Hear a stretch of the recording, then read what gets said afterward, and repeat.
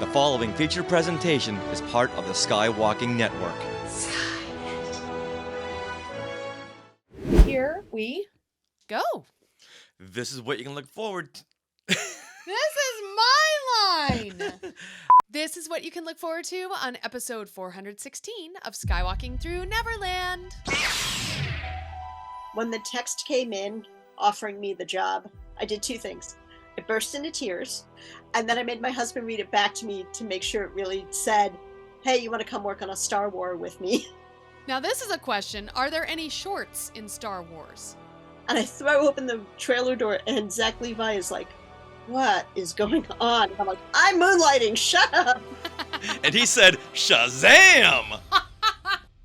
I used to do with two other dancers a 3 Leia cat fight. Explain. And then when we realize that we've been played against each other, we take off her hut costume and beat her with it. So it's for the kids. She has stories from another side of her life that is meant for the 18 and over crowd. Are you ready? Off to Neverland! Here we go! A long time ago, in a galaxy far, far away. To all who come to this happy place, welcome. Disneyland is your land. When I first made Star Wars, everybody in Hollywood said, well, this is a movie Disney should have made. You're more than just fans. You're family. Best day ever! Secrets lab. It's about family, and that's what's so powerful about it. Hey. When you use a bird to write with, it's called tweeting. When we visit the world of Disney, we never grow old. It's a Peter Pan, Never Land that keeps us young in heart. This is Jedi Master Obi-Wan Kenobi, and you are skywalking through Neverland. I have a good feeling about this. Hey, Skywalkers! Ever wondered what makes Star Wars look like Star Wars and how you can immediately tell when you're watching a Star Trek film or even a Marvel show? Well, think on that while we welcome you back to Skywalking through Neverland. I am Richard Woloski, but now everyone please say hello to my sweetie wife Sarah, who's having a tremendous hair day. Thank you. Yes, it's because I curled my hair last night for Throwback night at Disneyland. And you still have it. And I do, yeah. When I put a lot of product in my hair, my stick straight hair decides, okay, I'll be curly or wavy for a day. And it's really fun. I love it. Thank you. Well, we are your enthusiastic podcast destination for the many decades of your Star Wars, Disney, and Marvel fandom. So it's time. Imagine a big Wookiee hug and a little sprinkle of pixie dust for our family of Skywalkers. Now, coming up on this episode, we will be speaking with Augusta Avallone, who worked in the costume departments of Obi-Wan Kenobi, Star Trek Picard Season 3, and Loki. Awesome, right? Yeah. And she also hosts a really phenomenal panel, History of Sci-Fi Costumes, which can be seen at many conventions. And as we go into in our discussion, we met her at WonderCon, which led to this really awesome discussion coming up. And she has stories from another side of her life that is meant for the 18 and over crowd. Burlesque. Mm-hmm. It's really fun. Now, we are being sponsored by Small World Vacations, and they are a diamond-level Disney vacation planner travel agency and can help you book your trip to a Disney park around the world or on the Galactic Star Cruiser. And Sarah, guess how much this service is? It's free. Free of charge. So head over there to where, Sarah? smallworldvacations.com. For what? A no-obligation price quote. But you have to tell them that Skywalking through Neverland sent you. Or whisper. Skynet. You guys can do it in the comments, too. Mm-hmm. Now, we are recording this from Long Beach, California on April the 19th, 2023. Richard, what happened today in Star Wars history? Well, I never thought you would ask. 43 years ago today, On April the 19th, 1980, The Empire Strikes Back is previewed at the North Point Theater in San Francisco, California. Now, normally a lot of movies will have a screening a year or a couple of months beforehand. I'm sure we've all been given those free tickets when you leave a movie. Someone will hand you a piece of paper, be at this theater at 2 o'clock on Saturday to see a free screening of. Most times they never tell you, it's just a preview screening with no effects. Right. But this was an actual screening. From soup to nuts, the whole film was completed, but yet they still wanted to get people's reactions. Makes sense. All right. So here's some of the post-show comments. They include, you should have less violence, or if you have violence, make it funny violence.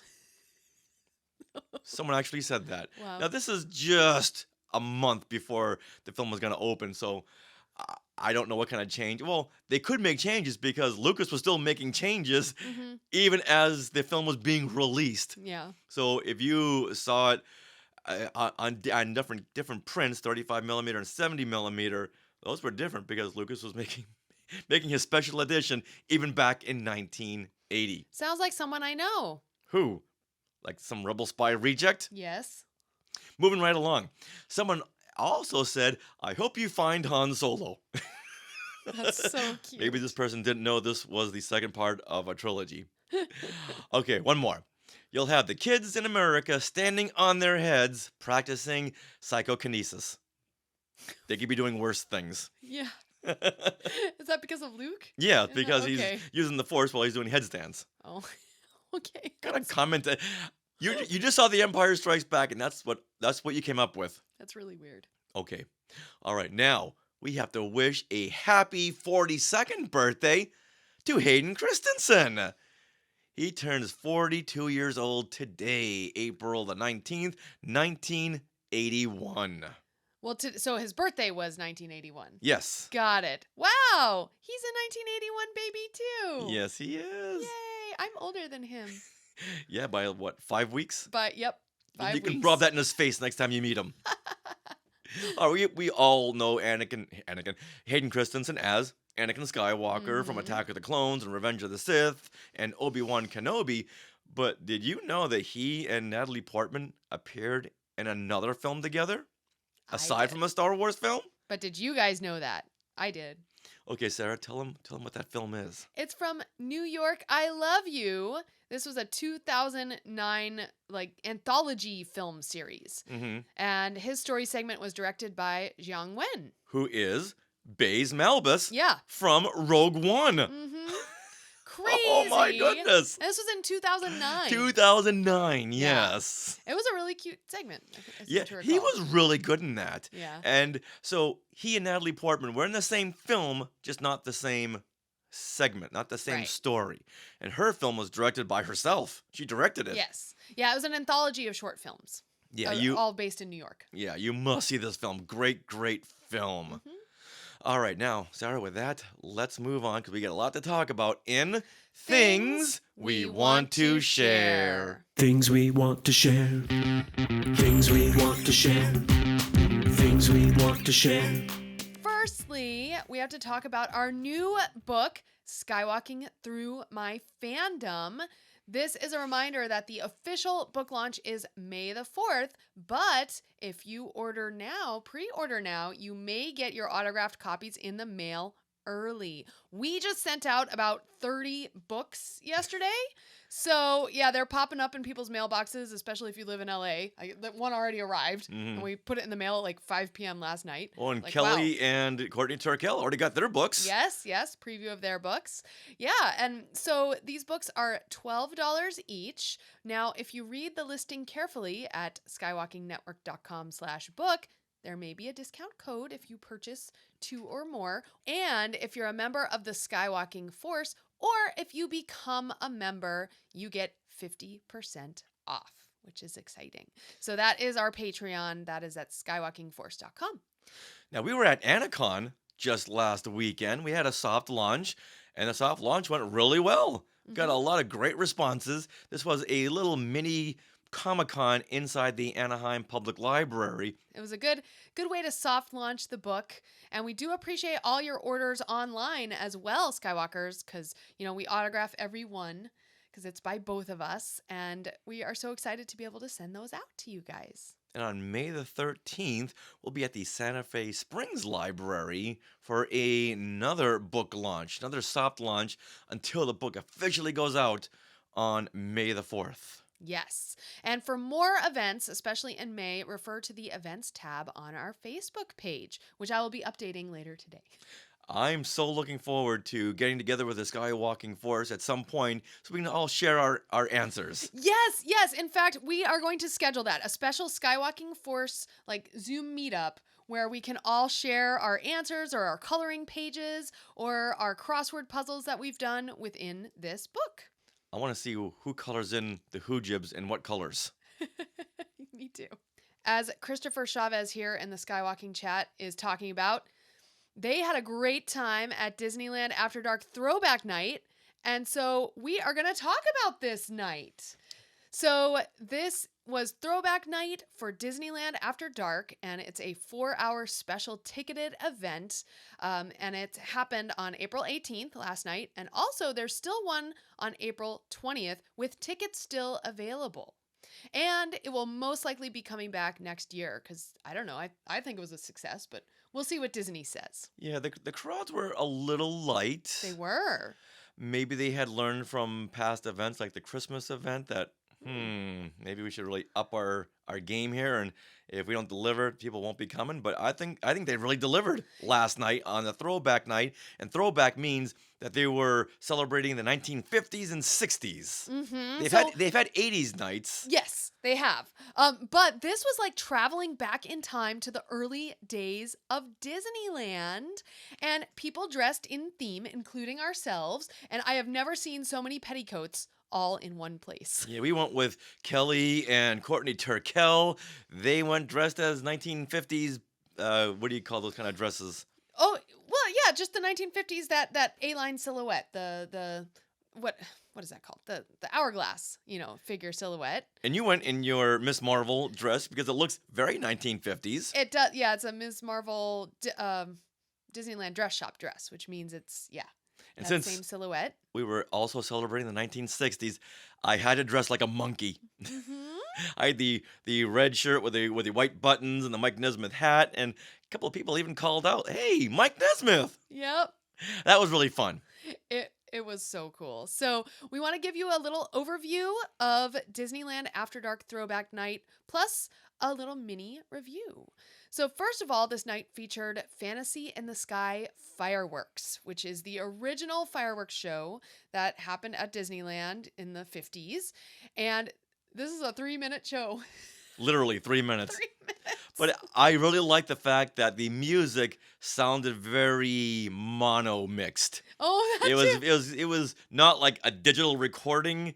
It was kind of muffled a little bit. It's the kind of thing where you got to really listen to hear that little nuance, the fact that it sounded like it was recorded in the 1950s. Mm-hmm. Now, that being said, this must be a 1960s show because there is some Mary Poppins music. Oh, okay, in 1960s. But it it sounds like an aged recording. Yes, it which does. really adds to the vibe of the night. It does. They also had swing dancing with a live band right by the castle in the same place, the original spot where the swing dancing band always was. We did stop by for a dance or two. Mm-hmm. And that was really fun. They also had a mariachi band in Frontierland that you could listen to as well. It was beautiful. And then they also have some photo ops. But before we get into that, let's see what Barrett says. Barrett Maynard in the Sky Chat says it was a 4-minute mono mix and classic shells, not air launched. Okay, like classic firework shells. Oh, okay. So they're launched differently. Okay. Barrett, we know nothing about fireworks, but thank you for your expertise. Our knowledge on fireworks is at a very minimal. Yes. So thank you for that. Yeah. And also, hello to Corwin of Amber. Hey there, Don. Awesome. Also, with every ticketed event, they have these really fun step-in moments. Step into the scene. Yes, little scenarios, little tableaus. And because there are extinct attractions at Disneyland that were around in the 50s and 60s, this is where you could step into that attraction and take a picture with them. In a very cartoonish setting. Yeah, and I'll be posting a reel on that as well. I already posted some reels on our Instagram at Skywalking Pod, as you see below. But yeah, I'll be posting a reel of that. So they had like the Skyway, doesn't exist anymore. They have the original 1950s Disneyland marquee with a convertible the back of a car, Yeah. yes, as if this I think it was like 55 Chevy was pulling up to Disneyland. So you saw the back of the car. That was one of the best produced tableau. It was. And unfortunately, we saw that at the very end of the night after they had cut off the line for it. And we're like, no. Even though it was at the front of the park, when we got there, we just kind of rushed right in and just missed that. Yeah, well, it wasn't even up yet when we got there. That's why we missed it. That's why we missed it, yeah. So they also had Mighty Microscope in Tomorrowland. Yeah, and that's the ride that's right where Star Tours is now. Star Tours booted this one out of there. So they had little cars, the like doom buggies, shrinking doom buggy cars that went into the shrink ray that went into the ride. Right. Our friend Dave, who loved that ride, he knew all about it. I never heard about this thing before. I know. Before I heard that Star Tours took it over. Well, it's Adventures Through Inner Space, I think, is what it's from. Yeah, I really didn't know much about that until like a couple of years ago. Yeah, exactly. I just do stuff because I hadn't been to Disneyland until after Star Tours was there. So I wasn't into Disney history, so I didn't know. Yeah, but that was same with me. Very cute, very cartoonish. Yes. They also had the People Mover. Very cute. And Rainbow Caverns Mine Train, that was over by Big Thunder Mountain, because that kind of replaced that ride. And then, Richard, we ran into the Disneyland Railroad over in New Orleans? New Orleans Square. They had the Disneyland Railroad. Oh. Yeah. Yeah. And it was the actual train engine with the Walt and Mickey cutout. Like a two-dimensional Mickey and Walt. And when you got the picture, they gave it to you in black and white, which really added to the nostalgic factor. But now, okay, Sarah had to just walk away because maybe the refrigerator repair guy is here. So I want to talk about the characters because they were really awesome. However, I've got to say that this was calling back to the 50s and 60s, so I was expecting costumes from the 1950s and 60s. On one hand, I'm glad they didn't have those because the Mickey from 1955 is really scary and would have scared the kids. But on the same token, I really wish they had brought out some of the original mascot costumes. That would be interesting to see live, I think. Yes. Yeah. But I mean, one of the special things they did beyond the meet and greet characters, which you could wait in line for, was they had characters just wandering around the park and you could just interact with them with groups of people. Luckily, the crowds weren't that large. Yeah. So they were able to reenact little scenes from their movies like Cinderella, had all the characters right there. And yeah, it gathered a good enough crowd. Yeah. But it wasn't like the park was filled, where if that were the case, they couldn't have played around with the people the way they did. Yes. For instance, and I just posted a reel on this, the Mad Tea Party. So at Small World Mall, all of a sudden we were walking over to Small World and we saw this kind of group of people in a circle. We're like, what's happening? And then you see the Mad Hatter. And then you saw the March Hare. And then you saw Tweedledee and Tweedledum. And then you saw Alice, and they were doing a Mad Tea Party thing where everyone was gathered around pretending to hold teacups at a table, and then you'd move down, so everyone would move around the circle, and then you would sing Happy Unbirthday with the whole Alice in Wonderland crew. And the bunny. The March Hare. It was very, very cute. I loved seeing. I've never seen that bunny there before. No. I'm sorry, I can't call him a hare. It was a bunny. It is the March Hare in the movie. I get it. I know get it. it's a bunny. I love me some bunnies. Yeah. But that was really cute. Mm-hmm. Very, very interactive. Very interactive. Yeah. We also ran into, like you mentioned, Drizella, Anastasia. This is Cinderella's gang. So we had this evil stepmother. We had Drizella and Anastasia. We had Cinderella and her prince, Prince Charming, and the two little mice who made her dress, and the footman carrying this glass slipper. They were all like right kind of by the castle, and you could just interact. And Drizella and Anastasia were yelling at each other and yelling at the crowd, and it was so cute. Really fun. And once again, very interactive with the groups. I didn't find it that I really wanted to go and hang out with Cinderella and the prince. I wanted to hang out with the mice. Oh, yeah. Oh, totally. We went mice right over to the mice. And the stepsisters. Yes. Always funny. They're always so funny. Cute. Yeah, and this kept happening. Aurora and Philip were walking like underneath their Sleeping Beauty castle, and then they'd start dancing a little waltz. It was just adorable. Mm-hmm. So that was like the walk around characters. But then going back to the character meet and greets, Richard, what character really stood out to you? I'm going to say that ostrich thing. Oh, yes. So they had from Fantasia, the ostrich and the hippo from one of the shorts in Fantasia. And so we just saw the ostrich. We never got to see the hippo.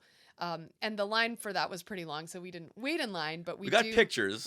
We do have some pictures and video. Look for the pictures and video on Instagram coming soon, because this was just such a funny costume. Mm-hmm.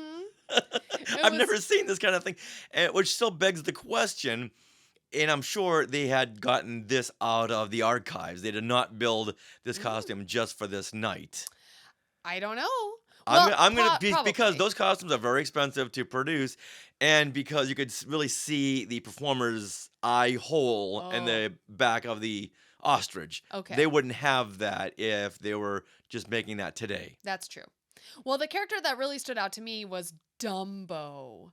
There was okay. I was surprised you didn't mention Yeah. Dumbo. Okay, so we happened to be very lucky this night, and instead of waiting in line for characters, we happened to be at the entrance of where they walked in and out from changing out characters. So we end up seeing a lot of characters walking to their spot, including Dumbo. My God. Okay, the world stopped. Yes. Everything stopped when this little tiny elephant, I'm going to say, like, what, maybe 4 feet tall? I would say that. At max. At max, yes. Came out. Everyone stopped. Because I don't know if they ever had. Did they ever have a meet and greet Dumbo? Not that I know of. And it was meeting and greeting right at the entrance to the Dumbo ride in Fantasyland, which is perfect. But he had to walk all the way over through Fantasyland, and so we caught him, and he did a little twirl. Probably a girl in there actually did a little twirl, and then Richard, you said, "Fly, Dumbo, fly!" and the ears moved. Ears were flapping. They flapped. How is this doing that? The trunk moved. Yeah, the Dumbo trunk could moves up wink. and down, and the trunk is holding the little feather. Oh. This was probably the best meet and greet mascotted character I've ever seen at Disneyland. And if you go to our reels on YouTube or Skywalking Pod Instagram, he's right there. It's like the first reel. I'm gonna say that this is a costume they had just produced for this event. Who knows? And maybe moving forward, because this looked like it was really made very well using some modern technology. Yes. Modern puppeteering technology. Now, another place you could meet and greet characters was Tomorrowland, because there's a lot of defunct attractions over there. And you could see Mr. Morrow from Flight to the Moon, the mother and father from Carousel of Progress. So it was literally like the animatronic characters coming to life as people. And then a Tomorrowland space couple in some amazing white, like, space outfits. Yeah, these were original walk-around characters from the original first days of Disneyland. Yeah. Now, once again, I don't know if they were the original costumes. Right. Probably not. Yeah, because they looked really, really good. Yeah. You really were stepping back into the 1950s, looking at this very retro astronaut. You can all picture a retro astronaut with a big bubble head and a silver jumpsuit. Yep, silver lamé. Silver lamé A jumpsuit. White lamé, like we talk about later. Yeah, and so in this case, this event, like it was the atmosphere that was really great, I think, and food kind of took a back seat. I know like a lot of times food is number one. A lot of people like to see the different foods that they come up with for these, but yeah, we didn't have such good food.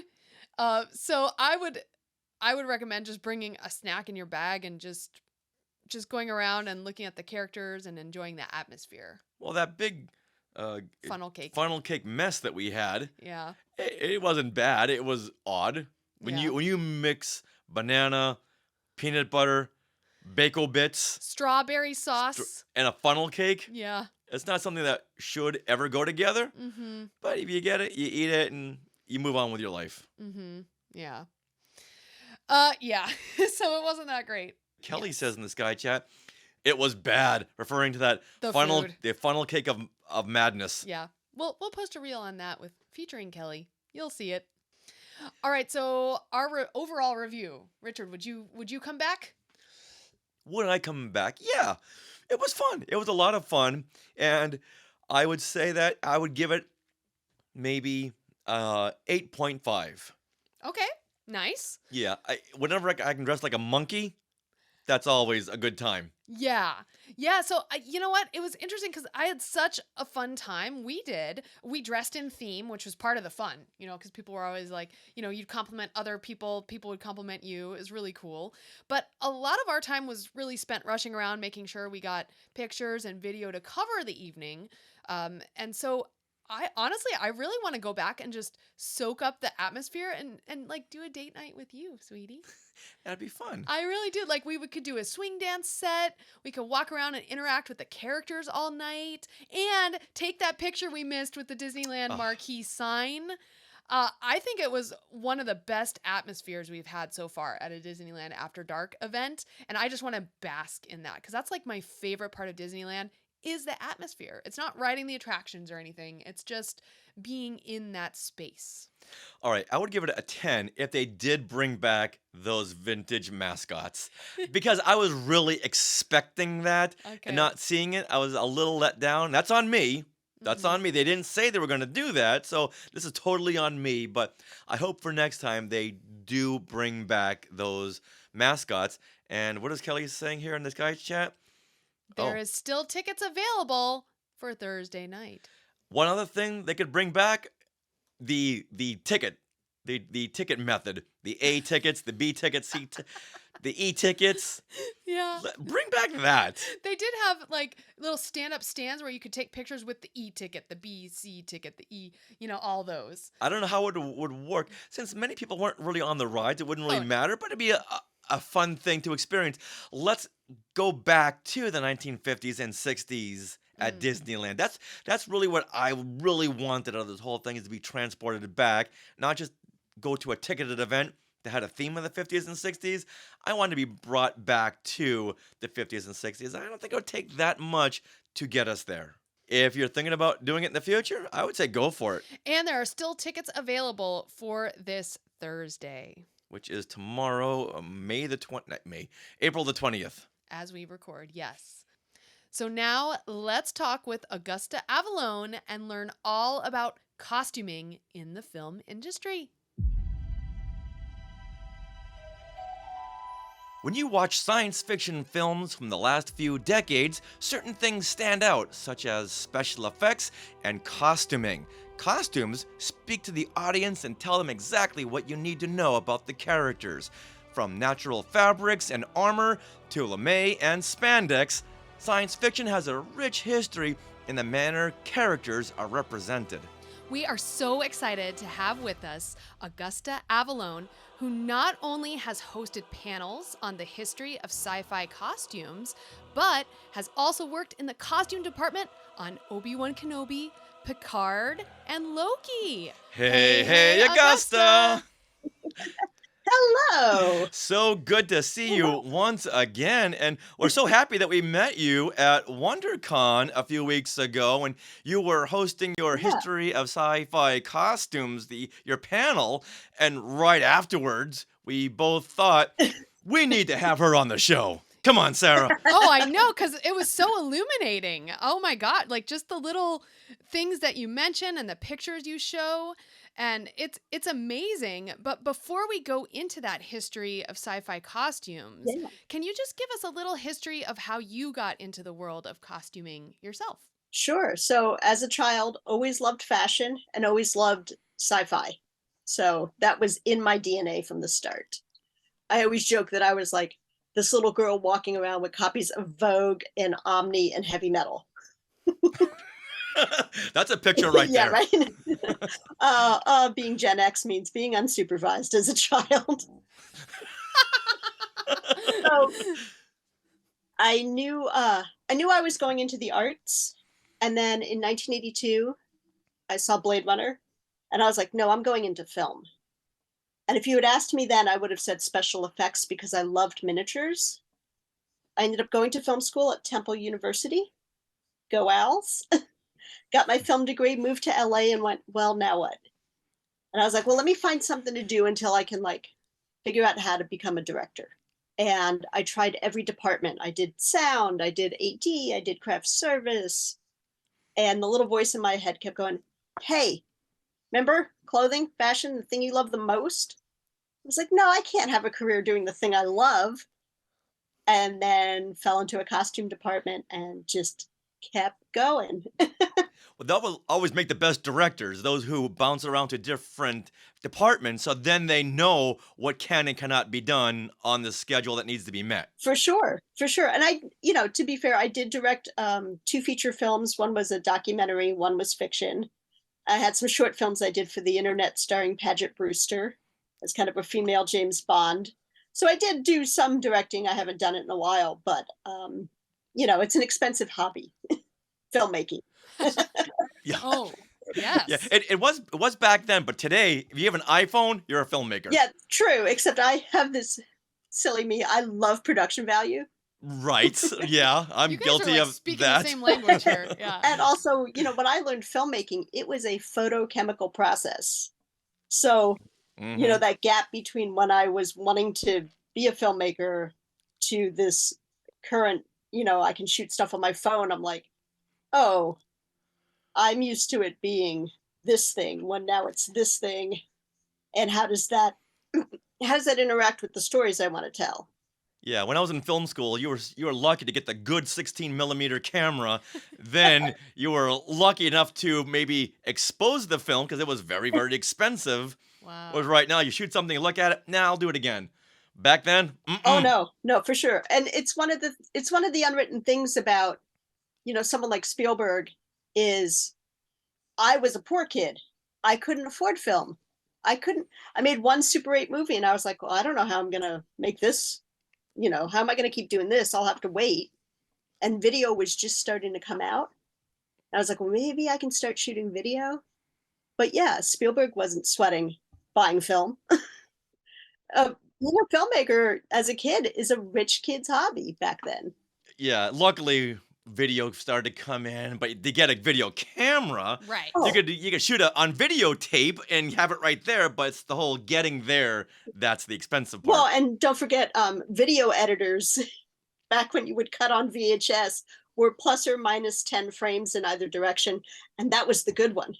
The bad ones at my school were maybe plus or minus, I don't know, 10, 15 seconds. Oh my goodness. You kids don't know how lucky you have it. I don't. The first time I cut on Final Cut Pro, I was like, oh, game changer. What? Yeah. Oh, when Lucas came out with the edit droid in the mid '80s, what, non-linear editing? That's a thing? I couldn't imagine such a fantasy. Yeah, for sure. For sure. So what was it? What was the film that you had worked on where you thought, "Hey, I can get into a costume department"? I had been designing a lot of really terrible, low budget, erotic thrillers and indie movies. Like I just jumped in feet first to the top level. I'm like, I'm gonna design, sure. And was doing these movies and they weren't going anywhere for me. Like some of them wouldn't even come out. Or if they come out, you wouldn't want anyone to see them. I had somehow fallen in with this costume crew that was working for Gil Cates. He was the producer of the Oscars, but he also did Movies of the Week, and they were non-union. And then I luckily was on one of them when it flipped and went union. And that's how I got in the union. Like, it was just a piece of magic. And just was like, Okay. oh, wait, they're paying me so much better as a union, low-level costumer than I was ever making as an independent designer. I was like, well, I gotta go with the money this time. And so did you work at a costume house for a while that like would contract jobs so that you'd always be working? No. So what generally happens, and at that point I was a set costumer. I wasn't sewing. And for your audience members who don't know, set costuming is I get to the wardrobe trailer, I get the actor's costume, I steam it out, and I set it in the dressing room. And I may have like 5 or 6 actors to watch during the day. So I'm setting all their dressing rooms. And then we all go to set together. I make sure they look good. They get delinted. If they have the top 2 buttons open from the previous scene, we still have those top 2 buttons open.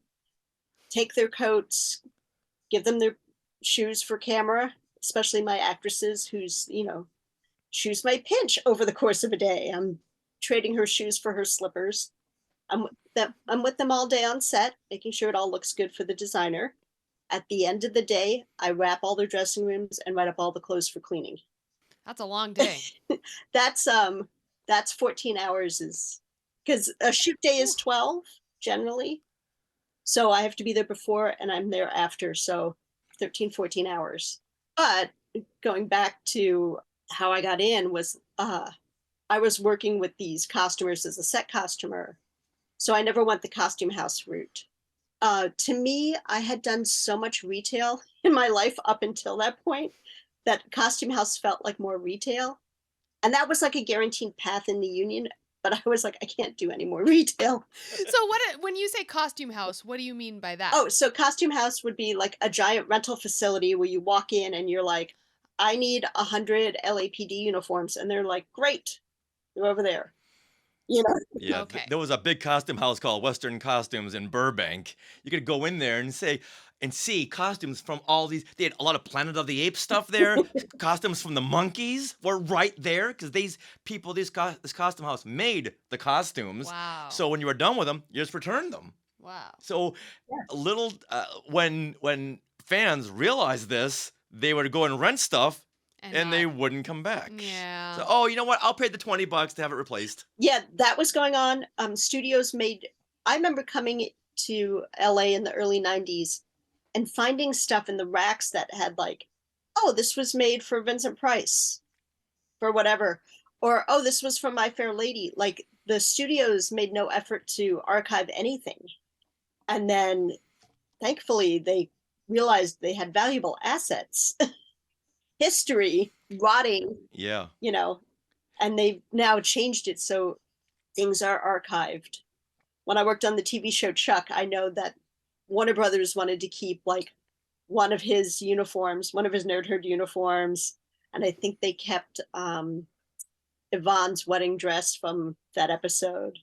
Han Solo's Bespin jacket was just recently found at a costume house in London. Wow. Yeah. What is that doing over there? The Cowardly Lion's costume from Wizard of Oz was laying on the floor of the costume house over at MGM when they had a big sale. Come and buy all our costumes. And someone said, what's that? The costume from Wizard of Oz? I'll get it for my kids. They'll wear it on Halloween. Yeah, for sure. For sure. And then sometimes you end up, where like you work on a show and you've made like 12 of something because you need it for the actor, but you need multiples in case he gets dirty. And then you have somebody for the stunt guy and he's got 2 different stunt guys. So sometimes things get sold off as like, this is the original. And you're like, is it? Right. Is there DNA still on it?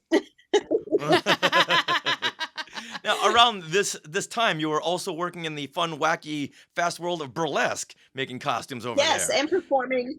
I had been friends with a lot of the women who were in the Velvet Hammer, which was LA's premier neo-burlesque troupe. They actually brought burlesque back in Los Angeles starting around the late 90s, and I knew some of them, and I hung out with them, and then I was like, I'm going to make a documentary. Made my documentary. And then as a lark, I was like, oh, wouldn't it be funny if I actually was like did a burlesque number, not realizing that I Why not? really wanted to do it and I had to give myself an excuse to. Started to perform. I did my first act ever at the annual Miss Exotic World competition, which used to be in Helendale, California, in the desert, in the summer, 120 degrees. Did my first act, 2003, and I go back a year later and I take first runner-up. Wow. And I was like, oh, maybe I'm good at this. So, and then started performing all over the country and Canada. And taught classes, produced shows in Los Angeles. So yeah, I have a little bit of LA burlesque history. So this is right after you started working with Gil Cates and got into the union. You were transitioning between the two careers because doing both? in entertainment, you got to have more than one thing Oh, you're yeah. good at. Oh yeah, for sure. Like there's an unwritten rule that if you support yourself doing burlesque, you're not just doing burlesque. You're also maybe an artist model. You're also making costumes. You're also teaching classes, like multiple revenue streams, as we like to say. Yeah, I And get That makes sense. And I was doing both, and it was easy when I was on set to be able to do both. Like when they go into a 20-minute lighting setup, I could maybe sneak back to the wardrobe trailer and rehearse. I remember one night working on Chuck, the designer asked me to return something to the mall, but I had to leave early to go do a big flash mob event. Like it's getting later and later, and I still don't have that thing because they're doing the fitting. And I'm starting to put my makeup on in the wardrobe trailer. And I'm putting my pasties on. And my coworkers are totally like, this is normal. Whatever. Oh, there's Augusta. It's show business, kid. It's Tuesday. And I like fully made up in my headdress, like I have to grab the thing, go to the mall in my full get up, and then go to this gig. And I throw open the trailer door and Zach Levi is like, what is going on? And I'm like, I'm moonlighting, shut up. They all knew I was a dancer. So but it was the idea of like seeing me fully done up in like my outfit, but I had like a dressing gown on top and the headdress and like, yeah. That's awesome. So Flynn Rider saw you in your burlesque costume. Yes. And he said, Shazam! Funny story. One year we had a Chuck Christmas party, and it was the same night as one of my shows. And I came to the party after my show in like a full like burlesque kind of Santa costume, and everyone wanted their picture with me. And it wasn't until the end of the night I'm like, oh, I'm everyone's Christmas card now. That's cool. That should be the top of your resume. Yeah, no kidding. Did you ever see the Star Wars burlesque show? I've seen Star Girls, which is the one out of LA. I just saw The Empire Strips Back, which I think is out of Australia. Yeah. But you have to understand, I actually may have started Nerdlesque in Los Angeles. I used to do a show called Supernova A Go-Go. So it was all genres. So I used to do with two other dancers a 3 Leia cat fight. So Explain. Were you? Yeah. What outfits did you choose? I want to know. I was old school Star Wars. Okay. We had a Hoth Leia, and then we had, of course, a Hutt Killer Leia. And the idea is that Hutt Killer Leia is kind of a bitch, and she starts a fight between me and Hoth. And then when we realize that we've been played against each other, we take off her Hutt costume and beat her with it. So it's for the kids. Yeah. Let's face it. I know what boys like. I know what guys want. Wait a minute. Did you used to sing for the waitresses? I wish. Can this be found on YouTube? It is on YouTube. A version of it. There's a lot of my videos are on YouTube, but do understand it's like a videotape of a show. So they're rough around the edges. Let's just say the audience had a good time. Yeah. And is this why you go by the name Penny Star Jr. on your Instagram? Because that was one of the original burlesque showgirls? Yes, my grandmother was Penny Star Sr., or original, back in the 50s and 60s. So when I decided to go down this path, I took her name. And of course, the joke is when she was doing it in the 50s and 60s, she had an agent. It was, she was booked in theaters for like 2 weeks or maybe extended for 3 weeks. Like it was a legitimate professional entertainment job. I was like DIY, booking my own clubs. And the joke is, she always says, I worked so hard doing burlesque to make so little. I'm like, yeah, but if I were dancing in her day, I'd be too fat to be even on stage. So I'm willing to take that trade off to have agency over my own body and career as a burlesque dancer than to like not be part of a patriarchal system that would never pay me to perform anyway. Most people think of burlesque as just a strip show, which it's not. No. It's a full show with high production value. Well, here's the thing. I still take my clothes off for strangers for money. It's just a matter of the audience's expectations. Right. An audience who goes to like Jumbo's has a different expectation of what they're going to see versus an audience that comes to one of my shows. That's all. We're all strippers under the fringe. But like burlesque, it has more of a story to each act, correct? It can. Okay. But I've seen some real dirty, especially out of New York, real dirty burlesque dancers, and they are hot, hot, hot.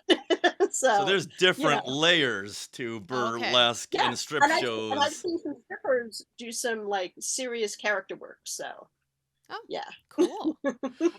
I think we need to go see those Star Wars burlesque shows for research purposes only. Yes, yeah, I want to see them because of the hot girls. And boys. Don't leave out the hot boys too. There's boys too. Okay, well, heck. Oh yeah. Well, that was one of my tenets as a producer was I had to have women, men, straight, gay, all races, and all body types. Because you know what? Someone in that audience is going to be turned on by one thing particular. So it's like girls plus Chippendales. I mean, I don't know what I'm talking about. Types. I've got no idea. Why are you asking me for? All right, now let's move on to your panels. I just love this at WonderCon, your history of sci-fi costumes, and it was WonderCon. What did I say? WonderCon. That's coming up. WonderCon. It was just so fascinating. So can you give us the highlights of your panel, let's say with a focus on Star Wars, and how far back did George Lucas go and costume designer John Molo go for the inspiration for the Star Wars costumes? Well, sure. I always talk about one of the things that Lucas and Molo are working in are archetypes. So when you look at someone like Obi-Wan Kenobi, and then you look at like samurai films, which Lucas would have been exposed to in film school, they're very similar. When you look at Princess Leia and you look at Robin Hood's Maid Marian, it's a very similar silhouette. He's banking on the audience knowing these references as visual shorthand. So he doesn't, because, you only have so much time in a movie. You want to be able to like say, here's this, you all know what this means, let's go. Let's just get on with the story. So they were looking at those kinds of things because when you think about Star Wars, it's this amazing space opera that comes out in the 70s and not a lot existed like it around then. You can maybe reference back to like Flash Gordon, but who's really watching Flash Gordon serials on TV except like little kids who were up in the 60s who were like up early. Right. And those costumes were costumes, whereas something like Star Wars, those were clothes that they lived in. They didn't appear like costumes. And that was George Lucas's his direction to John Molo. Don't make them look like costumes. I don't want this to take away from the story. Right. They should just kind of fall to the background the way any contemporary fashion, if you watch something on TV, you're not maybe clocking all the costumes because it's just like, oh, it's t-shirts and jeans, or, oh, it's a business suit. He wanted it to fade in the background in that exact way. And like even you were talking about on your panel how some of the older sci-fi, like from the 50s, they would use lamé for everything or like big headdresses and things. Like, Can you talk about that shift from that to then what we see in Star Wars? And it is with I would like to say that it actually starts with 2001: A Space Odyssey, where there's a level of realism attached to it that hadn't been seen before. Science fiction movies were almost always like, they're for kids. They're going to be a double feature. You know, they're going to be at the drive-in. Nobody wanted to spend money on them. And, you know, what says sci-fi more than space age fabrics? But at the time, space age fabrics meant lamé, spandex, you know, was all the stuff DuPont was working on during the war. That suddenly it's like, well, we could use this. No one's seen this on a person, because it wasn't meant to be fashion. It was meant to be like for the war effort. Industrial. Yeah, exactly. So come 2001 and Stanley Kubrick, like, there's a element of realism that's imbued into a science fiction movie. And this science fiction movie is treated with like a certain amount of respect, that it's not just, you know, pew pew spaceships. It's about larger ideas. And I have to tell you, 2001 is like one of my favorite films that if I see it in 70 millimeter, I will openly weep the first 20 minutes, because the level of craftsmanship and storytelling is so intense that I have yet to see anything as good as that. Well, if you're not seeing it in 70 millimeter, you shouldn't be seeing it at all. When you watch Star Wars, what costumes really stand out to you? It's like, oh, I know where Lucas and Molo got that, and I know where he got that. So I know in your panel, you were breaking down some pretty intricate stuff. Yeah, well, like when you look at the Han Solo silhouette, he's white shirt, black vest, military pants, cavalry pants specifically. And then you look at something like High Noon, and what's Gary Cooper wearing? You know, or any of the cowboys, really. So, but we know this, right, in the back of our head, in the zeitgeist, like cavalry pants, vest, shirt, cowboy. And he even has the holster on his hip. Right? So when we see Han Solo, again, visual shorthand, oh, he's the gunslinger. I know how he fits into this story now. Yeah. Before Star Wars, was there, I'm trying to rack my brain, was there a film that really used costumes like this? I know 2001, the suits were more of the astronaut, but in Star Wars, you started to break it down into individual costumes. Yeah, I think because, you know, the argument that Star Wars isn't science fiction so much as space romance. Yeah. That Star Wars is really more fantasy with tech, in a way that like 2001 is definitely about the science part of science fiction. Whereas in Star Wars, it's more about the fiction part. I don't see that kind of like, you know, almost operatic sense of like how costumes can harken back to something the audience already knows, the way it does in Star Wars. Now, are you more into the fabric costumes, or do you get into the armored costumes like Darth Vader and the Stormtroopers and Boba Fett as well? I personally don't work on those. That's a whole different classification in my union. Like, there are people who do more of what I do, which is like, specifically what I do tends to be alteration. So I may be making costumes, but in more cases than not, I'm just taking a costume that's been made, we're doing the fitting, and now I'm altering it. But I mean more interest level. Oh, interest level? Oh, I love it all. I love it all. There was an exhibit in Los Angeles of Italian designers who had done clothes for operas, and they had them on like these little like 12-inch pedestals, and I was on the floor trying to look up into the petticoats. I want to look at seam allowances. Like, I really want to get into a costume and like see, because it connects me to the person who made it, to see what techniques they used and how did they get around this. Or like I said during my panel, the little greebly, the little vacuum form panel that's on Imperial uniforms, like when I was holding it and I could see that they had vacuum formed some snaps to make the pattern, and I was like, oh, this is brilliant. Because, you know, we've all got budgets and we've all got time constrictions, and you can sometimes see the thought process of like, they wanted this, They didn't have time, but they had to make 100 of them, and they sent it out to a shop, and then it came back looking like that. You know. Yeah, the Fashion Institute of Design in Los Angeles had this great museum with all these movie costumes with a focus on Phantom Menace. And this is right in 1999. And Darth Maul's costume was just so intricate, and they had his costume surrounded by velvet ropes. It's like, oh, Oh, don't no. tease us like this. I want to, because I was making a Darth Maul costume, so I kind of reached over and I was feeling the fabrics and feeling how many layers, and I gotta get away from that. Like, then put an acrylic case around this, not just a little flimsy velvet rope, because I'm not going to look at that. I'm going to look at Darth Maul and go, I want to know how this works. And how it's made. And I was quickly escorted out. Oh. I didn't get the chance to see the rest of it. I didn't understand the whole logic of apologize now and get what you want. Oh, right. I think that's where I learned it. Just you do the whole I'm so sorry. I didn't see the velvet ropes. I apologize. I'm constantly being shushed back because I like to see brushstrokes when I go to museums where I'm looking at paintings. I want to see the brushstrokes, and they're like, back up. I'm like, cool. All right, but now I'm like now I gotta put the glasses on. No, and I can't see it from.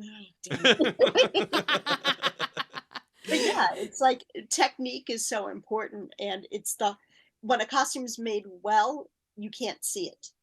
Yeah. Oh, exactly. Yeah, especially when in Star Wars there's no zippers or buttons. But how is that staying closed like that? I want to see. Well, there might be a hidden zipper. There could be magnets. There could be snaps. There could be hooks and eyes. Maybe it's not closed where you think it's closed. You know, maybe it's hidden on the side seam, like a woman's dress might be. Yeah. Yeah. Okay. Sneaky. And, you know, they got to get in it. And they also have to be able to get out of it too. So, yeah. Well, let's talk about Obi-Wan Kenobi. Yes, please. Because you worked on the background characters. So can you just tell us what you did and what a typical day was like? Sure. I have to preface this with, when the text came in offering me the job, I did two things. I burst into tears, and then I made my husband read it back to me to make sure it really said, hey, you want to come work on a Star Wars with me? On a Star Wars. Yeah, because the woman who was doing the hiring, she was not a nerd. So yeah. Wait, there's not nerds in LA? What's happening? There are nerds, but sometimes they're not the person you want to head up having to manage all of the elements you need to make a Star Wars. You know what I mean? And her resume is insane as far as the things that she's accomplished. So you're like, she may not be a nerd, but that job's going to get done. But she knows enough to hire the people who are the nerds who do know how to get the job done successfully. Right. So, and then there's level of nerd, like me, and then one of my coworkers, Laura Brody, were like top nerd. And, you know, I'm old school Star Wars. My friend Laura was definitely prequels in a way that I'm not. And then I had watched Clone Wars. So, like, between the two of us, we had all the knowledge until there was some reference to something that I was like, I don't know what that is. Oh my God, what Star Wars thing? I don't know what that is. And someone said, it's from the video game. And I'm like, oh, now it's unknowable. Damn it. Yeah. So, yeah. But anyway, so like an average day is I would come in the morning, usually about an hour or two before fittings would start. And I had a rack of alterations that I would just keep working on. That rack only went down the day before I quit or was let go. You know what I mean? Like, there was always a rack of clothing. There was always something for me to be working on. The fittings would start about 10 a.m. and there would be like 4 different fitting areas. And we saw hundreds of people. And the thing about a Star Wars costume is it's not like, here's your jumpsuit. It's like, here's your base layer, here's your biblical robe, here's your science fiction element. And then I have to come in and figure out how we're going to lock it all together so that when it goes to set, it's not shifting.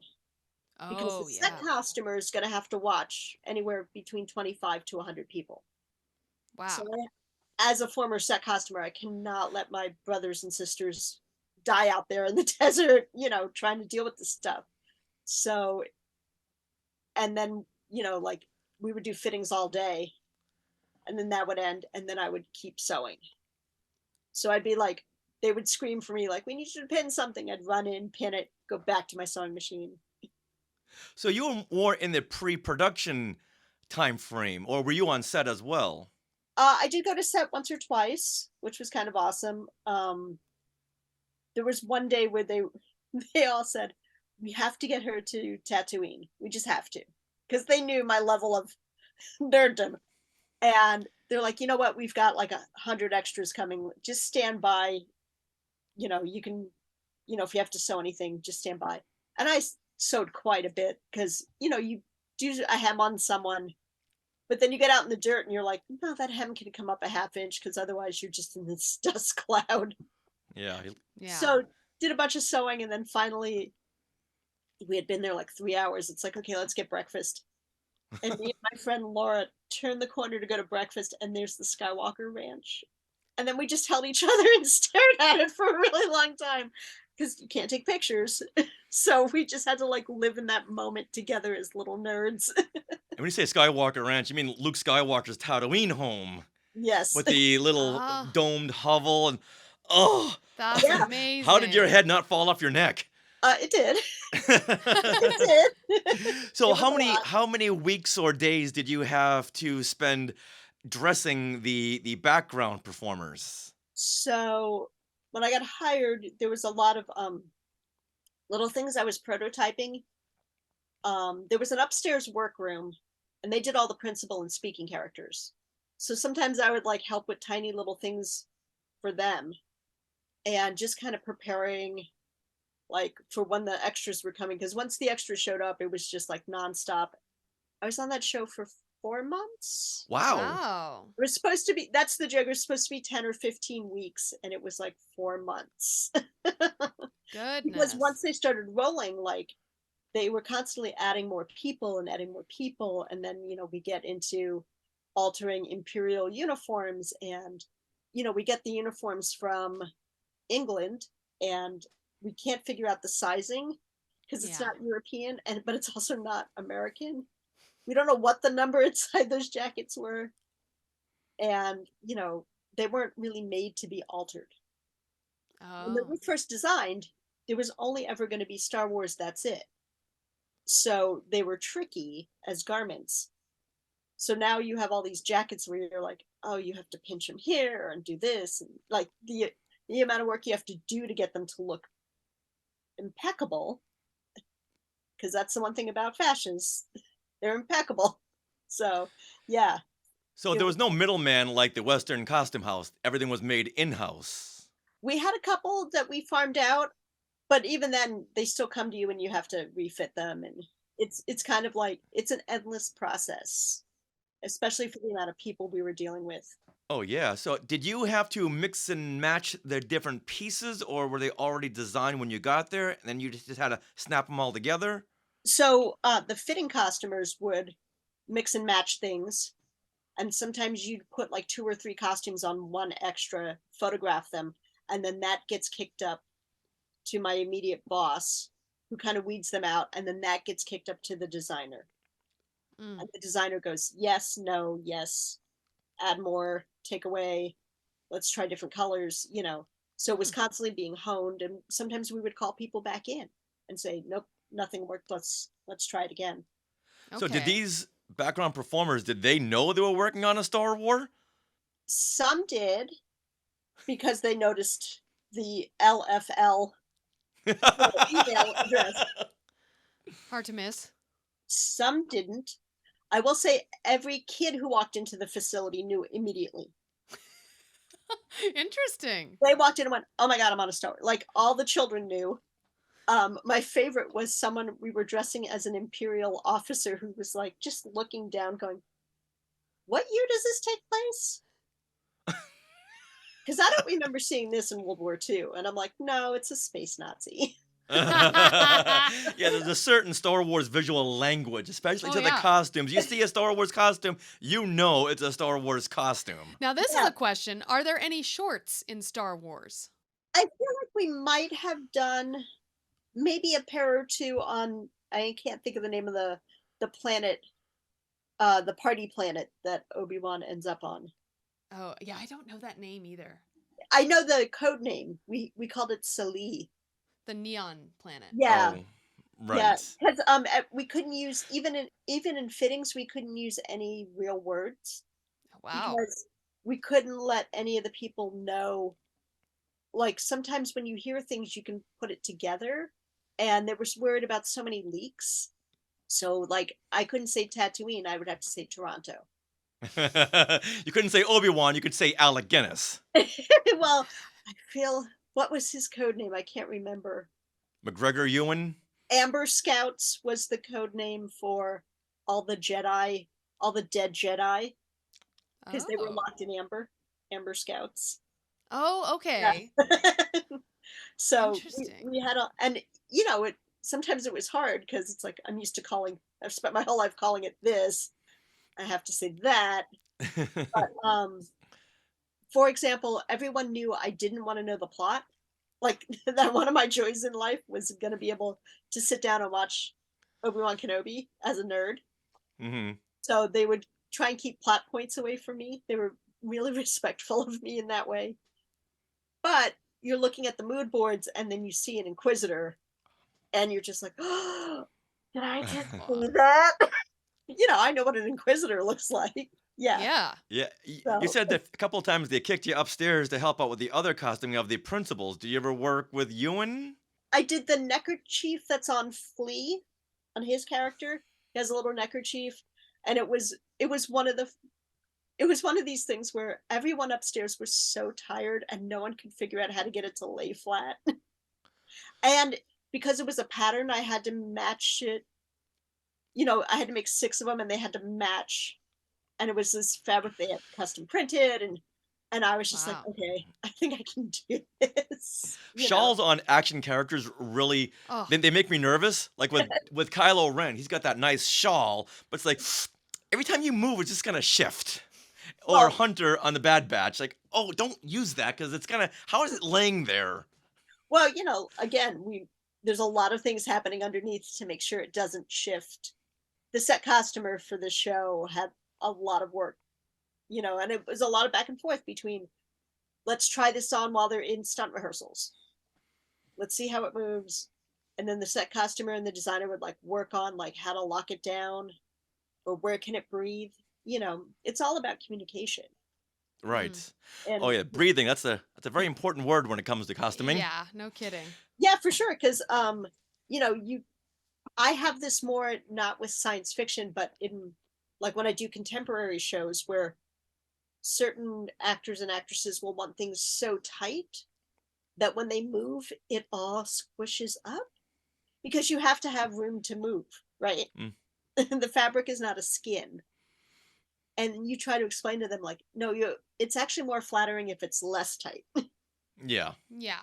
And speaking of breathing, were you there during the Vader scenes?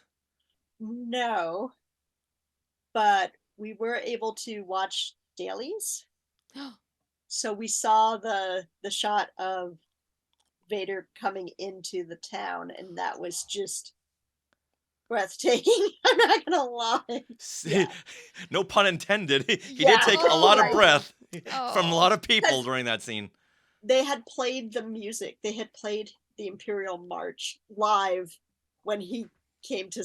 So I did encounter Mr. Christensen. I was late for work one day, and me and him were coming from either end of the parking lot, running towards the COVID test area. And, you know, I'm not even 5 foot. So I'm just looking at somebody's chest. And I hear like, oh, I'm late for a fitting. Do you mind if I go first? And then I look up and he's got a mask on. I have a mask on. But I was just like, nope, Darth Vader, you can go first. I know what happens if I tell you no. Yeah, this is all done during like what 2020, 2021, where 2021. So yeah, we were in the thick of it, and I have to say, if it wasn't for the team I was on, I maybe would feel differently. But all of us background costumers and background people, we were just like, we locked in. If it wasn't for them, maybe it would have struck me how hard it all was. But we laughed all the time. now I'm sure security was just enormous on something like this, but with so many extras and people around the set, did anything ever go missing? Not that I would do it, but I probably would have. No, no, everything came back as far as we know. I mean, the joke was I didn't finish the shoot because we got to a point where everyone had been fit. You know what I mean? Like there's literally no more work for me. And they were like, okay, you're done. And I was like, cool. It was only supposed to be 10 or 15 weeks, so I can't complain. But I got 4 months out of it. Wow. Now I'm not saying I ever took jackets off the movie School Ties. Would never do something like that. But come on, you're working on Obi-Wan. Here's my joke is when actors always say that stuff like, I'm going to take it. I'm like, don't implicate me in your crimes. I'm not an accomplice. Did you take home any mementos that you were given? I'm not saying stolen, but given. There were a couple prototypes I took that I had worked on that were samples, you know, like that I could show the designer, like, was it this or this, you know? Not anything that if you saw in the world, you'd be like, that's Star Wars. But it was just like things I was working on, like collar details or something. And I was like, there's a fine line on what we find frustrating about NDAs is they're not defined. Well, but also you're using my talent and skill as an artist. So where do I draw the line where I get to say, hey, I need to be able to show this. Right. I need to be able to show my work to future designers. So I think they're just there more to scare people, and they just don't tell people the big plot points. Right. Yeah, of course. Yeah. But that should be what's defined in an NDA, where it's just like this blanket, like, right, no, nothing, you see nothing. You know, me having my samples is because if it's stuff I didn't use, I want to take that technique to a show where I can use it. Yeah, that makes a lot of sense. Yeah. So what would you say your biggest contribution to Obi-Wan was?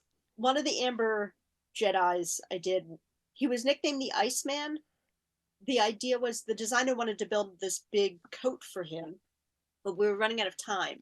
So what we talked about was that I would build an overlay to an existing coat, and she had drawn out like this kind of quilted coat, and we talked about doing it in neoprene. And I'm like, okay. So in my head, I'm like, okay, when you're building a quilt, you normally like pick a size and then every square is the same. And I had three patterns, like vertical lines and a little square within a square. And then I think I had 2 horizontal lines that were offset. Okay, so those are my 3 patterns, my 3 squares. Okay, I'm going to do them on 15-inch squares. Because the guy was like 6 foot. He was tall. Wow. But the thing about neoprene is, one, it stretches when you sew, so you have to fuse the back of it. So the fumes coming out of my work area, people were like, what are you doing? I have to do it. And then eventually it became so big it wouldn't fit under the sewing machine. My goodness. Like you put it together in sections, but eventually you have to sew the sections together. You know, it was like draping everywhere. It was like on the floor, on the other side of the machine. And when I was done with it, it went to the Ager dyers. And I have to say, when the one dyer started painting it, like painting the detail in it, again, I just cried most of the show. But when I saw my piece getting painted, I was just like, oh my God, I wasn't thinking that far ahead, you know? Wow. And what scene can we see that? He's one of the last Amber Jedis when Kenobi finds the case of all the dead Jedi. Yeah, all the tombs. He's one of the last ones in there. Okay. Oh, right. Oh, wow. I'll have to go look for that. That's a big scene too. Yeah. And there were like other things where like my immediate boss, Lee Bell, came to me one day and she had these like Chinese coolie hats, and she's like, I don't know, like I'm thinking like maybe putting like fishnet on it and like fabric or something. And I'm like, oh, yeah, yeah. So, painted it, sewed fishnet to it, and then I started like cutting strips of fabric and putting it on the way you would latch hook, like an latch hook rug into the fishnet. And then it was like, and then it went back to get painted again, and it was in the trailer. So when the trailer dropped, I'm like, it's my hat. Oh, that's so exciting. I love, love, love making hats. If I could sit in a room and make hats and get my dental, like I would just do that. I love hats. And when there was another day where Lee had come to me and said, we need you to make some weird hats. And I'm like, girl, pick the right person. Did you just say I get to make weird hats for a Star Wars? And she had a screen grab of the pod race scene. And but it was like, the resolution was terrible. And it was, what's that? And I'm like, I think that's like a hobo bag on someone's head. You look like a purse and they just turned up. Okay, well, let's try and make that silhouette, but not actually use an old purse. That's funny. That's awesome. Yeah. I would love to meet some of the craftspeople who worked on the prequels in England and be like, what was that? Was it a purse? Because sometimes you are just putting a purse on someone's head. I could see them doing that for Star Wars. It was so low budget. For the prequels, I could see them being more tailored, but you never know. Yeah. Well, that's the thing, is like, it's not unlimited resources, right? And sometimes sometimes the inventiveness is not having the time or money, right? Yeah. The creativity comes out of like, here's a purse, dump out, put it on someone's head. Great. Hat. That's how all the best films are made. Don't have time or money, you're gonna get a very honest, genuine film. Mm-hmm. For sure. Yeah. For sure. More money doesn't make you more clever. No, not at all. All right, now Sarah is chomping at the bit to talk about Picard. Yeah, Picard season 3 you worked on, and I was looking at your Instagram, Penny Star Jr., and you have some fun, beautiful pictures of this collar that you constructed for the bad guys, for the clicker dudes. They don't have a name. No, they don't. I'm like, the clicker dudes, yeah. Okay, now are you confusing The Last of Us with Picard? Well, but they do. They click. They click. Oh, okay. Yeah. So you worked on alterations on Picard as well? Yeah. I got first hired on, and literally it came right after Star Wars. And again, I was like, what is my life right now? It was only going to be 4 weeks, and I was brought in under supervision of Shannon Short, who was the pattern maker, who they brought in because they shot 2 and 3 back to back, and there was no real break between the 2 seasons. So the existing tailor shop was like exhausted because they had already been on it some 9 months already. And they brought in Shannon Short, who was a pattern maker, and he hired me, and it was just going to be like catching them up. So like we worked on Jack Crusher's brown leather jacket that he's first seen in. We had to make like 3 of them.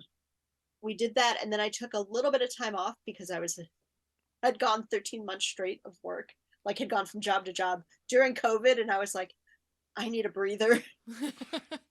And God bless Michael Crow, the designer. He was so nice. He was like, I get it. I was like, listen, you want to call me back at the end of the month? I'll come back in, but I just need some time off. He was so generous. And they called me back. And then I was like working on Star Trek uniforms, altering those. But when we were working on, some of the principal pieces, Shannon had said, well, I want you to do these collars. He did all the patterns for them. And we talked about the chenilling technique. So we cut these embossed metallic jacquards into strips, sewed them down in a pattern, and then I would take a metal rasp over the raw edges and it would like frizz up. Wow. Yeah. So that it had some texture.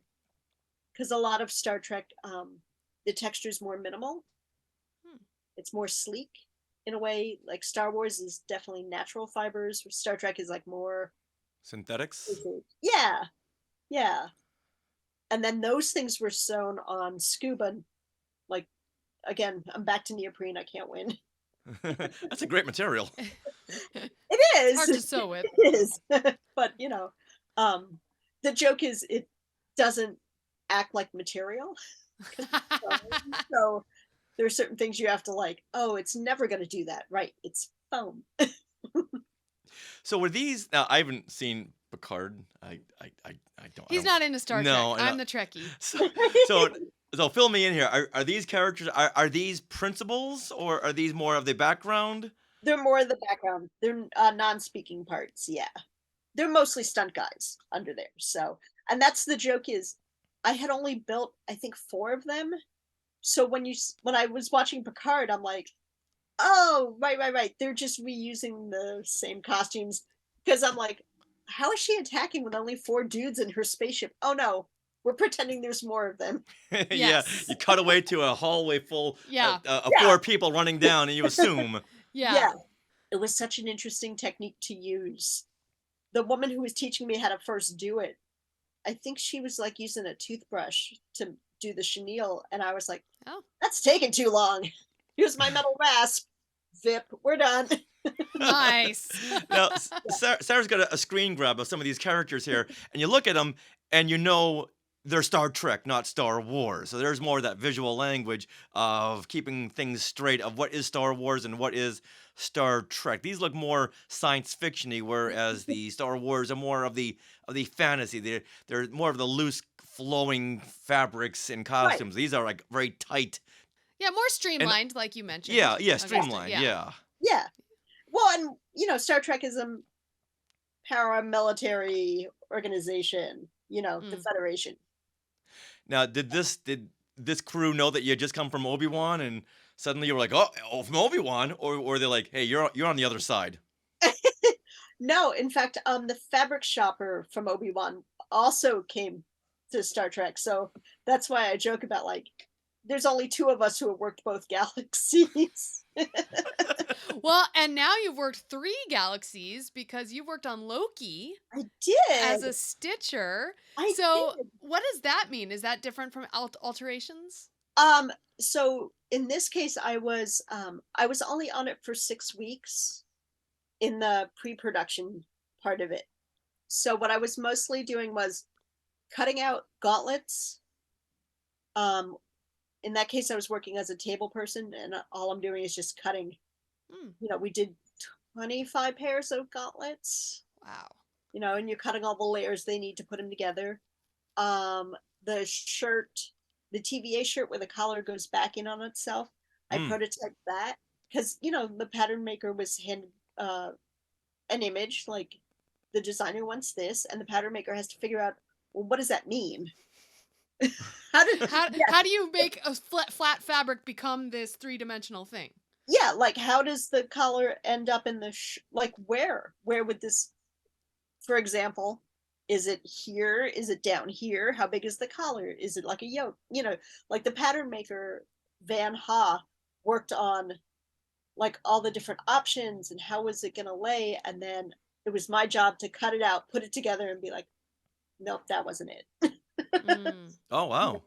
And then also as I'm putting it together, to be like, hey, can I have a 1/2 inch more here, because I think it'll be easier, because they were going to get chopped out because they needed so many of them. So that's what I was mostly doing. So yeah, Stitcher's I don't want to say low man on the totem pole, because the Stitcher next to me, who had been doing it like her whole life, this 70-year-old Italian woman, Nina Fabio, like her work was exquisite.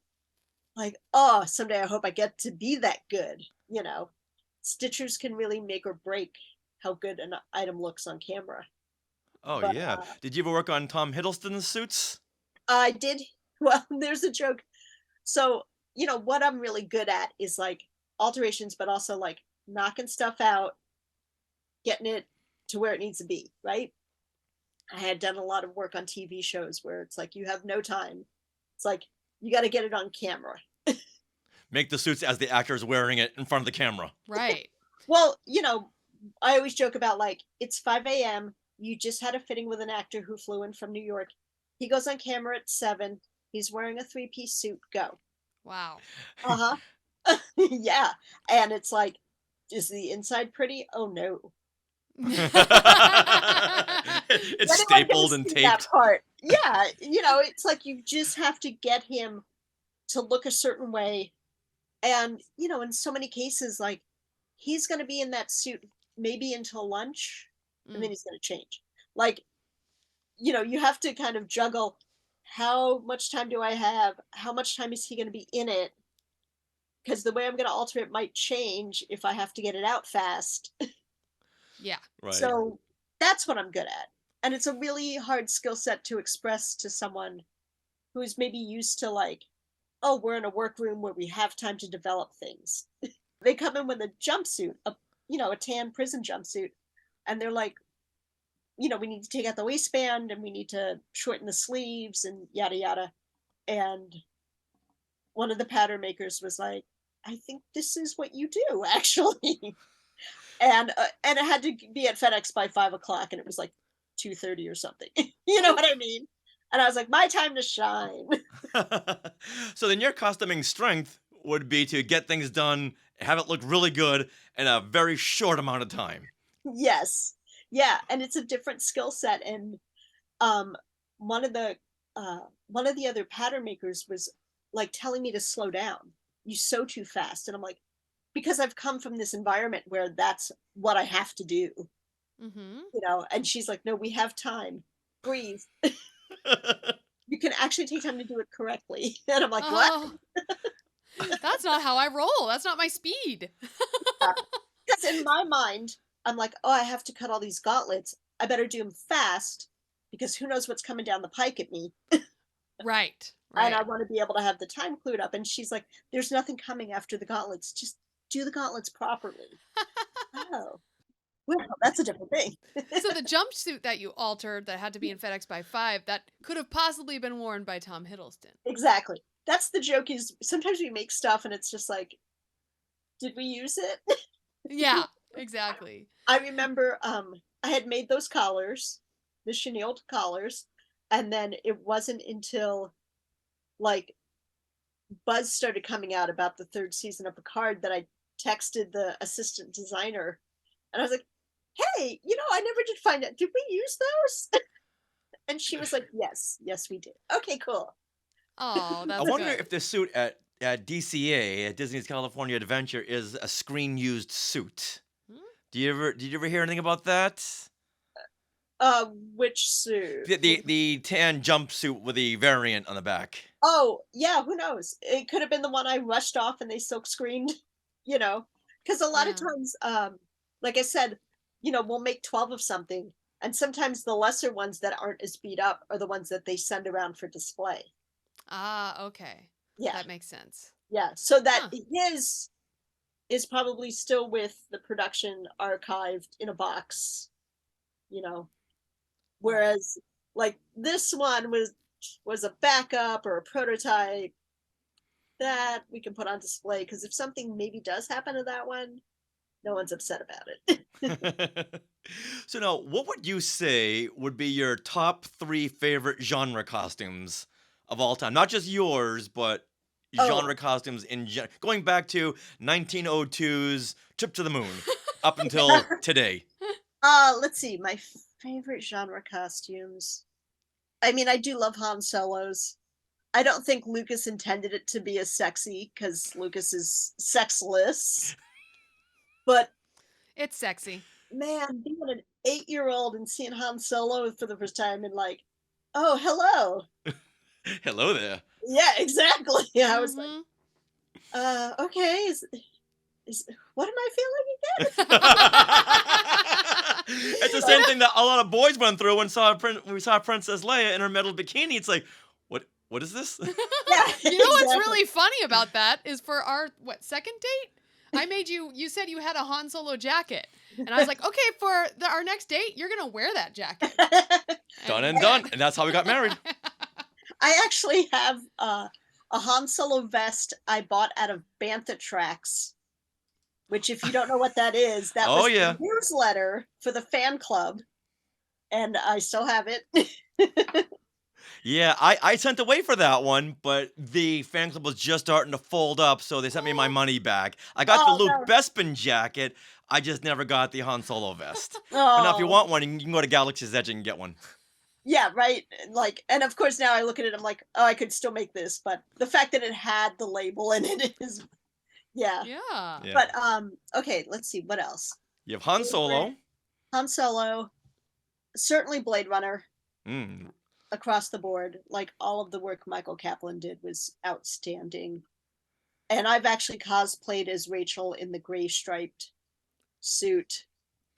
This is going to be the one where I'm going to be like messaging you later going, wait, I know what it is. You know, it was kind of a joke when I saw it, but when I saw Legend, all of my friends, we all went to see Legend, they all leaned over and went, is that going to be your prom dress? The Mia Sarah dress. Yeah, the dress as itself.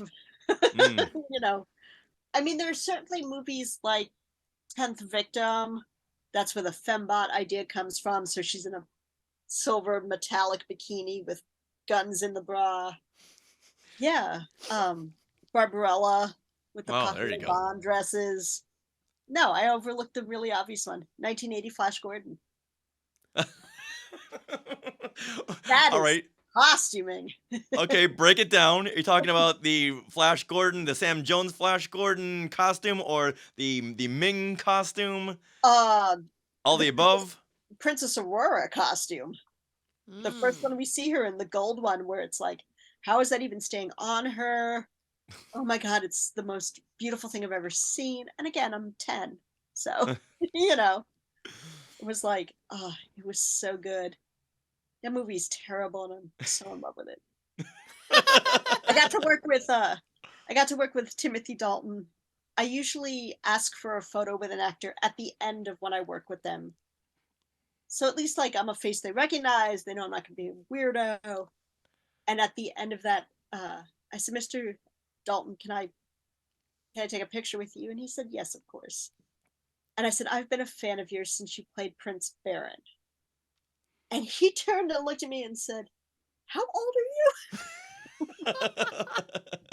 That's the best way to get a celebrity's attention. You mention something that no one else has mentioned. Yeah. Oh, yeah, for sure. For sure.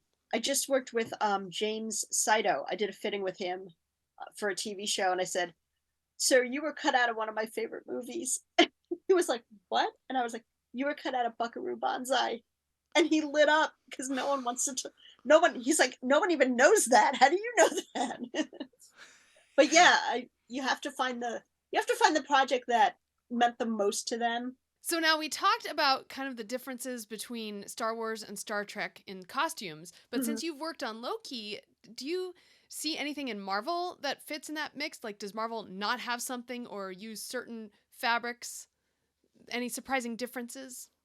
Marvel, from what little I've worked on, but I have a lot of friends who have done so much over there. Michael Crow, who I worked with under on Picard season 3, had done like Falcon and Winter Soldier, and he said something that was so telling. He said, you do something with a super suit and there's a problem, and then you think you solved it and another problem pokes up on it. I feel like that's the Marvel the key to a Marvel costume is like, you think you've solved it and then something else pops up on it. So like it moves, it's all about the super suit in Marvel, I guess. Yeah, for sure. But you know, it's like, it's gotta fit tight. It may be over a muscle suit. You know, how long does it take to get in and out of it? Does it have a zipper? Can they pee even in it? You know? Yeah. We were gonna do a panel one year for my union that I jokingly called, how do you even pee in this thing? Katie Sackhoff just talked about that by getting her a costume. It's like, well, I can't drink water all day long, because what happens when you drink water? You got to release the water. Yeah, her Bo-Katan costume. Yeah. Yeah, one of the first things I ever designed, there was an H.R. Giger style monster in it, and her she was just wearing like this kind of bodysuit that had like these gelatin pieces on to look like this gray skin. And she was just guzzling water, and everyone's like, stop doing that. Because we can't get you out of this, actually. Once we glue you into it. Okay, now I will have to say, you kind of have, because I've designed burlesque costumes, you have to know that there's a human in there. I think it's cruel sometimes to build a costume that they can't get out of even a little bit to go to the bathroom, Which is what happened with Olivia Newton-John on Grease. They put the pants on her, then they had to sew it up. And so if you have to get out of those, you're not getting out of those very quickly. Yeah. And again, Grease was another film that they didn't have a lot of money. So there wasn't two of those, Fredericks. Yeah. The Sandy Plus costume. Yes. Yeah. Now, before we wrap this up, I'd love to know from you, what would you say would be like the most boldest advancement in science fiction costuming in the past 10 years? It would have to be the 3D printer. Oh. Yeah, because back in the day, you would have to have a thing sculpted, and now you can just take it from the illustration to a prototype. It's still going to need to be refined. Like, we don't really use the 3D printed object on the costumes. It still has to get cast into something that's more survivable, because that 3D plastic is brittle. But it allows people to, okay, that didn't work. We can change it right now. We can print another one. Mm-hmm. I think that's the ability to do things now, like with a Cricut cutter. Mm-hmm. Yeah. Where it's like, oh, I don't have to hand cut all these little pieces of fabric. I can actually throw it on the Cricut and let it do its thing. Yeah, and walk away. Yeah, I love seeing Sarah on her Cricut cutter. It's like, how's this machine cutting these fine lines like that? And letters and things. And too. swirls? Oh my God. Yeah. Yeah, no, it's the amount of technology that has come into our homes, but that we still use it on set because it's cheaper. Like, yeah, of course I want a glow forge. My home studio is maybe 8x10. Where would I put it? That's the one question I always ask cosplayers when they have these beautiful costumes. Was this 3D printed? 9 out of 10 times they always say yes, and it just looks beautiful. Yeah. Yeah, for sure. Cosplay technology we do a thing, and then they take it and they redo it like from a home point of view. But sometimes we're like, that technique, just bring that into the workroom, because, sometimes you are making something like 100 of them. Yeah. I worked on a Jason Momoa project where I made kind of a pre-colonial Hawaiian garment that was kind of like a modified loincloth. And when I came on, they were like, you're going to make hundreds of these. I think I made like 60 of them. But from the first one to the last one I made, we were definitely tweaking it. Could we get it faster? Mm-hmm. Would this film happen to be Aquaman? No, this is not released yet. If you go to Momoa's Instagram and you see him running around in his malo, I may or may not have made it. Because when you're making 60 of something, who knows where they end up? Wait, and it's called a Malo? After John Malo? No, Malo. Malo. Oh.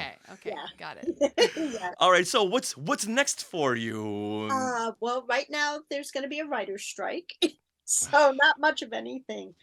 Right now the industry's on hold because producers didn't want to start projects because if the writers went on strike, and it's just like, guys, just give the writers, they literally are the first step to your success. Just give them what they want. And then for you, I know there's convention seasons coming up. So are you going to be at any conventions that our listeners can see you at? I probably won't have a panel this year. I'm researching some new ideas, and I definitely do a lot of research for the ones I come up with. So At Comic-Con? San Diego? Yeah. You won't be there? Yeah. Well, once again, if anyone has not seen your panel, History of Sci-Fi Costumes, you've got to check this out. That's how once again, Sarah and I saw you and said, oh my God, how can we get her on the show? Yeah. This is so interesting. And if anyone wants to reach out to you personally, how can they do that on social media? I'm on Instagram only. The others were making me crazy. But Penny Star Jr. under my nom de déshabillé, as we say in French. Well, never a dull moment with you. Yeah. I know sounds all the amazing. finest low lives in Los Angeles. Not at all. Well, thank you once again for joining us and sharing all your amazing stories. It's been very, very enlightening, and we love just talking costumes and costuming and fabrics. Sure, if I get anything good, I'd love to come back. Absolutely. Oh, please Open do. invitation. Anything Star Wars, Disney, Marvel, Star Trek. Star Trek. Yeah. We'll give you the key to the podcast. Planet of the Apes. Planet of the Apes, you come right in. Well, definitely. Fingers crossed that I can jump back into any one of those galaxies. That wraps up episode 416 of Skywalking Through Neverland. We want to thank Augusta Avallone and all of you Skywalkers who comment, like, and chat with us. And have even liked us on YouTube, because those numbers keep going up and up and up. But we could always use 1 more, 100 more, 1,000,000 more. So if you haven't subscribed, please go ahead and do so. Also, I do want to say a milestone on our YouTube channel. We have, as of today at noon, we have 5 million views on YouTube. 5 million over the lifetime of our YouTube channel, which is pretty amazing. So thank you, Skywalkers. Thank you for making that happen. That is so cool. Now, Skywalkers, are you interested in our books, all 3 of them? Well, you can get autographed copies of Today in Star Wars History, Part 1 and 2, and our brand new book, Skywalking Through My Fandom, which is a really fun interactive notebook, and they are available now from skywalkingthroughneverland.com/book. Now, we'd like to thank our sponsor, Small World Vacations, for their support. Are you thinking of a trip to Disney parks? Well, you can fill out a Get a Quote form at smallworldvacations.com today. How much is their vacation planning service? It's free! So check it out and tell them that Skywalking Through Neverland sent you. Now, are you asking, how else could I support this burgeoning Skywalking Through Neverland network? Well, consider supporting us through the Skywalking Force, which is our Patreon. And the Skywalking Force has access to bonus content in the form of our Zoom discussions. Later on today, this week, we're going to do a season finale on The Mandalorian. We have past shows like Obi-Wan Kenobi, The Book of Boba Fett, all the way back to WandaVision. WandaVision, that's right. I wanted to call it the Scarlet Witch show, but that wasn't it. And if you join the Skywalking Force this week, well, you will get a 50% off coupon code to use for Skywalking Through My Fandom, our new book. Now, this bonus content begins at only $5 a month, so head to skywalkingforce.com and have a look at the options. And thank you to those of you who are already part of the Skywalking Force. Now, we are part of the Skywalking Network, Skynet, where you can find other great shows like Talking Apes, the Max Effects Podcast, the Neverland Clubhouse, Totally Tell Me Everything, Star Warsologies, and the YouTube shows Collectopolis and Today in Star Wars History. You can also find us on social media. We are at Skywalking Pod for Twitter and Instagram. Make sure you subscribe to us on YouTube with notifications on so you can join us live. And that's YouTube. Just search for Skywalking Through Neverland. Same on Facebook. Search for Skywalking Through Neverland. And you can email us, share@skywalkingthroughneverland.com. Now, don't forget to stick around for bloopers and other fun bits that didn't make it into the show. And always remember that we have to go because our refrigerator repairman just showed up. And Neverland on Alderaan. Hey, look at those names to the left. They are part of the Skywalking Force, our Patreon. Become a producer yourself and check out all the Disney Plus themed bonus content available depending on the level you subscribe. Become a member of the elite Skywalking Force at skywalkingforce.com.